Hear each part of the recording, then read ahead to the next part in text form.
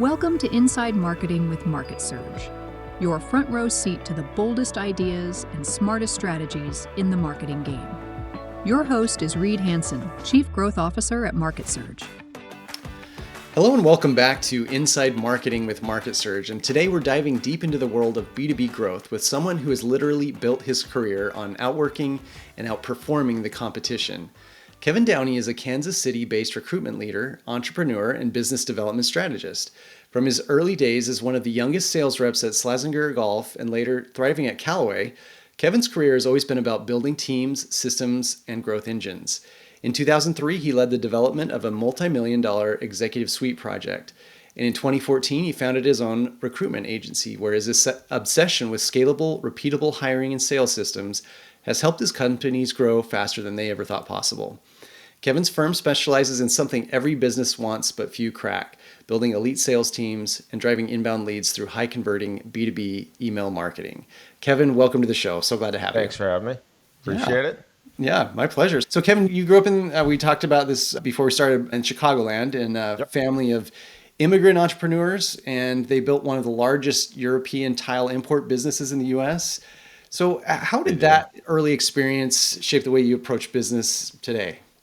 I think just the entrepreneurship part, right? Just being in business for yourself and all that psychologically. I started my career path as, working for someone else, in the golf industry and sales, but kind of gravitated to that entrepreneurship pretty early on. Psychologically, I think it was just, there was a time where I knew I was going to end up doing that somehow, some way.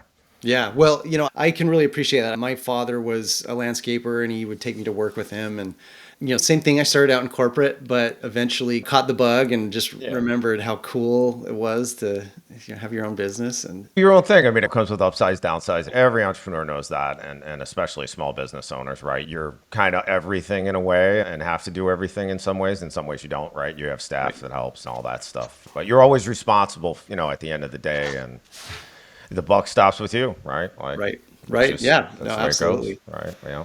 So, in all your roles, you've gone from corporate roles and, been an executive and worked in recruitment, now you have your own firm. So what do you think is like the arc of your career? What were some of the skills that transferred well to running your own firm from your early days in sales at Callaway? Yeah, I think the business development side in sales obviously is huge help, right? That's always one of the greatest challenges for especially those in B2B owners is the business development side, right? So I had kind of a knack for that already, at least with the cold outreach side, right? In golf, it's a little easier because you're dealing with a very limited pool of customers. Many of them are already customers, right? So it wasn't nearly as difficult as cold outreach, right? But that's part of it. And then learning, everything you make is what you sell, right? So I think that going through all of that experience and then jumping into a variety of small businesses that I did while I had my real estate business and started and failed, started and sold, stopped a couple. You learn by doing, you're going to fail some of the time. And, that's part of the thing. And then you find kind of your niche, and what you feel like is a good fit for you. I guess it takes a while sometimes. Some people find it right away, right? I probably started a little later in being 30. Many entrepreneurs start when they're college or 20 years old or whatever. So, yeah. Yeah. Okay. So, you touched on something that I think is definitely an area of your expertise and that my audience is very interested in. So B2B email marketing, which is a challenge, easier to send them than it is to get responses. Obviously, we've got more and more tools that allow you to send in mass, but it doesn't seem like, if anything, it seems like it's getting harder to get responses.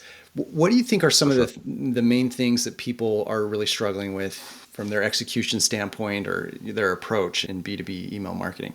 Yeah, I sent about 105, 110 million emails for clients to this point, right? Okay. I did the same thing everybody else does when we first started 8 years ago. Traditional sequences, 3-day spreads, market to people, try to drive them to links. And we did that for a while, but I was like, this doesn't match up with what we would do on a cold call though. This doesn't make sense, right? We're trying to replicate a cold call. So then we replicated a cold call and transcribed it. And I was like, now that's what an email should look like.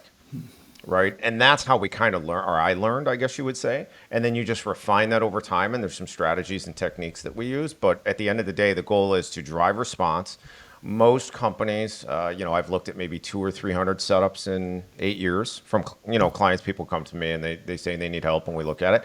Typically they're running on a CRM or they're running HTML email via Constant Contact, MailChimp, let's say HubSpot or something. All of those newsletter type emails are fine. It's good for branding, but it's not going to drive leads, not day to day anyway. So many are on their CRM, and the CRM structure problem is just two things. They have a volume problem, right? They can't send enough. You got to send high volume. You got to send thousands a day to start to generate leads daily. And then I would say secondarily, they're running just traditional sequences. They're doing what everybody else is doing. I looked at almost maybe 250, 300 setups in the last 8 years, and I've seen 2 or 3 good ones. 2 were done by CEOs in their companies when they started. One is a client, actually, and their VP of marketing is actually really good and learned how to do it the hard way, like he learned like I did, basically, followed my path. And then, it's just most just do their CRMs and they just don't get it. They're trying to market to people rather than drive response. That's really the main problem. Got it. Okay. No, that's fair. Now, so how, a question is, how do you balance like the high volumes that you send at with like some degree of personalization or some degree of like, I hear your problem or I understand you? Like, how do you? Yeah, that's a good question. I think that personalization thing gets overrated by the fact that they're running the traditional sequences. So they have to do something to offset the fact that their email copy structure is basically wrong, right? It's not the right philosophy. So we actually just use first name. Okay. Occasionally last name. Okay. Occasionally we'll throw company name in there, but company name is dangerous because if somehow the data set gets the legal entity instead of the DBA, now you look foolish, right? It's like somebody emailing me and my entity is 4i Services. Somebody emails me that outside of the government or say Stripe or accounting, I know something's fishy about it, right? Sure. Right. So I think keeping that simple and just think about it like, how would you write an email to someone to introduce yourself? Like, why do you have to personalize it by mentioning an article about them or something, Right. a blog post? You wouldn't do that. Right. So if I'm doing a cold outreach, I want my email to replicate that. Okay. And do you have like preferred platforms or, you mentioned CRM and I don't know if you're willing to share, but I'd be interested to see like what. Yeah, I don't mind sharing with the audience. Sure. I mean, Apollo email API combination is brute force effective. Just sheer volume, up to 6,000 a day on a single domain and email address. You're running reputation management against it. You are going to get some blockage there. You can't hold reputation, especially with Google Workspace in the grand scheme of things.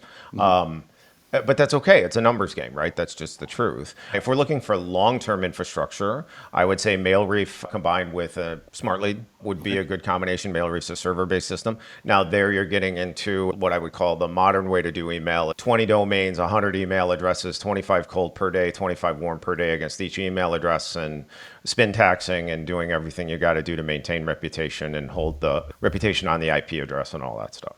Okay. It's more complex, it's a little bit more expensive, but you can hold it, right? It's more of a long-term solution.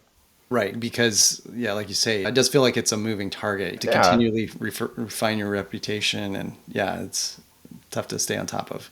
Yeah, and certain audiences are easier to get response from than others, right? Like the lead flow, if we use 6,000 a day as a barometer, right? When using, let's say, MailReef, you're only sending 2,500 cold a day. But let's say on 6,000, I mean, you can have, depending on pitch and audience, you can have something that doesn't even generate on average a lead a day. And then I can have the easiest of easy things that I can generate an average of 15 to 20 leads a day. Wow. Okay. Yeah. So, I mean, it's all depending on, what are you pitching into whom, right? Okay. Well, let's talk about the sales teams that are receiving these leads. So you've got a lot of experience in B2B sales. Yep. Now, your approach, as I understand it, has been commission-only sales teams. Partly. That's part of what we recruit. We build commission-only sales teams, traditional recruiting, local, territorial, remote, salaried reps for Latin America. Yeah, okay. All of it. How do you identify people who are like well adapted to that structure, commission-only? Oh, commission-only? Uh-huh. You gotta market and drive people in the same way you would recruit new real estate agents, mortgage, insurance, to some degree. I mean, they got to want to go into business for themselves, that psychology, without starting their own product or service. Okay. But the company's products or services have to lend itself towards that with the commission structure. Okay. So can you give me an example of one that would Yeah, Like, I can't yes. name the client in this case, but we have one software product. So reps get 40% commission on the annual license fee of the software. Okay. The software license fee ranges from $5,000 to $80,000 a year. Average is say 18. Okay. So now 40% at 18 off the top of my head, whatever that is, right? That's, Yeah. you get 40, 50 clients. Now you got yourself a book of business and you're making a very nice income. Yeah, absolutely. So, you mentioned Latin America, which I have had some indirect experience with Latin American-based sales teams that performed very well. Why do you think Latin America is a great source for B2B sales reps? Well, inside sales, remote, right? And business development, obviously, right? Sales development, business development, whatever you call them. Obviously, cost factor is just the biggest advantage, right? The kids, you have so many kids down there that have come to the United States for college, worked for a while, and then gone back home for they're homesick, lower cost of living, whatever. I think flipping it the other way, it is very difficult in modern sales team structure for a small business and going into mid-market for companies to have sales teams making 90, 100, 125 up a year base to have them sit there and cold call, right? Yeah. To build pipeline and customer base, 12 months, 18 months to get ROI on that rep, maybe even 24. I mean, that's hard to justify, right? So we're having to rethink and rework sales team structure where we're reducing those sales reps in companies a lot of times and increasing email and increasing dedicated business development reps. And Latin America comes into that heavily. And then I would say low margin, product-based, more transactional sales items. Think corporate gift, think print, direct mail. There's all kinds of things you can throw in there. Inside reps down, remote reps and down in Latin America are starting to become part of the sales team structure there. That's awesome. And, I think it's a great direction to go in. So when we talk about, like the cost and the structure of these teams, and then, you've talked about the lead gen with B2B email marketing. Right. You build systems. So how comprehensive are typically these systems you're building? Do you build systems from email marketing through the construction of the teams and those sales processes to close? Yeah, certainly sometimes, right? Some clients come to us just with recruiting help. Some come to us with, different subsets of those different things, right? But if a client comes and they are starting from scratch effectively, right? Maybe they have one salesperson or two, the process is, okay, let's sit down and look at prospect list size, because email is not always a solution, right? If I have a janitorial company that's only in Topeka, Kansas, and I only have 10,000 contacts to go after, email is not going to be a workhorse for me, right? I need at least 50, 60,000 contacts, preferably over 100,000. So mostly nationwide companies. Some local and regional could do it in the biggest metro areas like Dallas, New York, whatever, Chicago. But you have to look at prospect list size. How big is our contact list? What does our sales team structure look like? What are we selling to whom? What's our sales process? What's, obviously the length sales cycle? And then we have to build a system of saying, okay, here's how we're going to do cold outreach. Here's who's going to do that cold outreach, and build the process from there, right? Okay. So sometimes sales teams, certain companies, it makes sense for the sales reps to do their own prospecting. They only have 1,000 contacts to go after, or 2,000 per rep, right? Makes sense and if the company can afford it, for the reps to do their own prospecting. But then if you have a business that's got 200,000 people to go after, I want to leverage email. I want to leverage business development reps to drive leads and calls to sales at that point, most of the time. Okay. And so you also construct teams that are hybrid in terms of some roles in Latin America, locally in the U.S. Okay. Yeah, it depends. Even though BPOs and outsourcing have been there for so long, the direct engagement of reps outside and people outside the United States, I would say it's most common in tech companies and small agencies, right? That's because they've hired freelancers, they've done Upwork and all that stuff, so they've gotten kind of used to it. So engaging directly resonates with them. It's easier. But most businesses, it's all new, right? 9 out of 10 people that come to us, we talk about Latin America, they have never engaged somebody internationally before. Okay. So it's new. So there's a hurdle to overcome there, right? Because we do offer the outsourcing option via a partner. And so some want to do the outsourcing because they're just afraid of, well, how do I pay the rep? How do I set them up on a phone? And just little stuff that's really not hard. but they don't know, right? So they don't know Okay. what they don't know. So you kind of run into that, right? But yeah, you're doing some Latin America, then you're doing remote US sometimes. And, sometimes then you have in-house and territorial sales for the United States. Just depends on what the company does. So imagine companies engage you when they're looking to grow or they perceive an opportunity to grow. So I work with a lot of small and medium-sized businesses with my clients. And so a lot of my audience kind of matches that profile. What are some signals that a company should look for when they need to formalize a sales team or grow their sales team? Are there certain signs that an organization can pick up on that they could engage somebody like you to grow that team out? I mean, if they can take on more business, my view is you should always be doing some level of business development, right? Like, I Right. think it all comes down to budget. Uh-huh. And, where is the company at cash flow wise and financially, especially in small business? But, once they get to a certain size, it's never really a problem. I mean, almost everybody can afford a rep in Latin America. Everybody can afford to run email, right? It's just Yeah. a matter of getting it set up. It's not expensive. I think everybody should be doing prospecting. And the tougher the market gets, the more you should do it because your competitors are probably going to scale it down. They're going to try to save money, cut costs. Yeah. That's your opportunity to really go after business. Okay. No, that's great. So what do you see in the, AI obviously introduces complexity here. There's a lot of people that are, I'm not seeing it, but they're thinking that AI, whether it's a voice agent or a chat agent, can replace human, business development reps.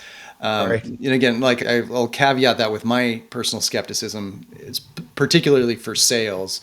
But how do you see this, the way that B2B sales works in the coming years, given, changes in AI and more powerful automations, other tech stacks? What do you foresee in the next few years? Oh, that's a good question. I am like you. I'm skeptical on the lack of dynamic capabilities of AI. I am sure it'll get there. Obviously, the technology blows you away when you look at it sometimes, right? Right. I would say, let me take a step back and first say that I definitely see AI having an impact in terms of generally in business, if you have 5 HR people, you are now going to reduce that to 4. You're now going to reduce that to 3. So in other words, fewer people are going to be expected to do more by being more efficient with the aid of different tools, software, AI included. Yeah. In the case of business development, I think, the question is, we look at it and we say, okay, can on the front end of a pitch, can AI ask a very simple question and get a yes, no response, which is very much what we're doing with email, right? Mm-hmm. Yeah. Email is, hey, do you have this pain point? If you do, we can help you solve it. This is what I want you to do next. I want you to reply. Let me send you stuff and I'll send you a call to action, my calendar, yada, yada. I think AI certainly can do that, right? Think about it like restaurants with takeout menus, corporate catering, stuff like that. They could go into businesses locally with a phone list and hit receptionists that actually answer the phone or administrative assistants or office managers. And if they can get them because they're a frontline person, they could ask that question with AI and get a response, right? Yeah, we'd like to see your new menu.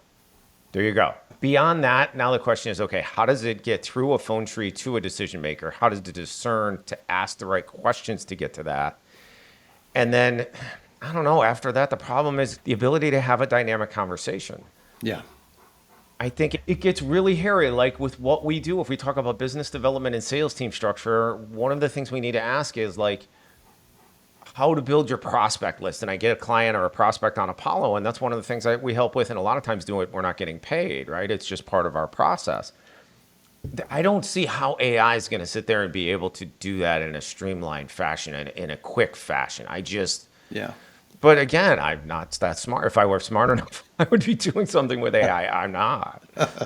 Well, wouldn't we all? I mean, I think we'd love to see those valuations for our companies at the AI level. Do you think? I mean, what do you think? I'm curious to get your take on this. Well, so I have been really impressed with the progress that AI keeps making these big leaps, like, in video and content. But, I just don't think, I feel like it may be like 95% of the way there to being like an empathetic salesperson. But I think that last 5% is so important and it's so hard. I think it's like kind of that long tail of the algorithmic it's going to take decades or something for it to get there. It's going Yeah, I mean, I'm in line with you. I don't even know that I'd say 95, but again, you're better, you're more versed on it than I am. I would say 75 to 90. But like the last part is so hard because it's the dynamic part of the conversation that is so difficult. It's kind of like scripting, having lead generation that's outsourced, where the reps are just fully scripted, right? Which I don't like. And we have a specialized outsourcing firms that we've partnered with for our clients that we refer them to that have reps that are dedicated to the client and can have they're trained to have dynamic conversations. Scripting a rep on the phone, AI to me is like the same thing and it's the same challenge, right? If a rep is just going to be fully scripted, they really can only ask two simple questions and that's it. Do you know what I mean? Yeah. Like the whole menu thing, like, hey, can we send over our updated menu? Okay, sure. Like, that's not that difficult. Or updated price list, catalog. I don't know. I mean, but when you get into kind of conceptual sales and theoretical stuff, I just don't know how it's going to be able to have that dynamic conversation. That's where, to me, it's going to be a struggle. That last part, which I'll probably be done with my career by the time that ever gets there, right?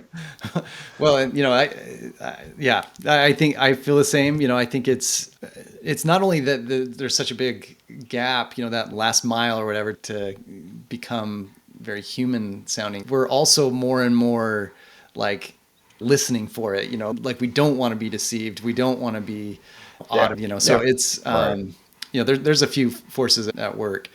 Well, Kevin, you have a lot of knowledge in this area, and I really appreciate all the wisdom you've shared with us. If somebody would like to work with you, where are the best places to find you and reach out? Oh, thank you. Website is the best place, right? kevinmdowney.com, and go right through the contact form where we have a schedule a call button. We'd love to chat, see if we can help you. Awesome. Well, thanks so much, Kevin. This was great, and I learned a lot, and hopefully somebody in my audience would connect with you. Thanks for having me. Appreciate it. Want to stay ahead of what's actually working in marketing right now? Head over to marketsurge.io and see how we're helping businesses grow smarter, faster, and louder. That's marketsurge.io, because your next breakthrough shouldn't be a guess.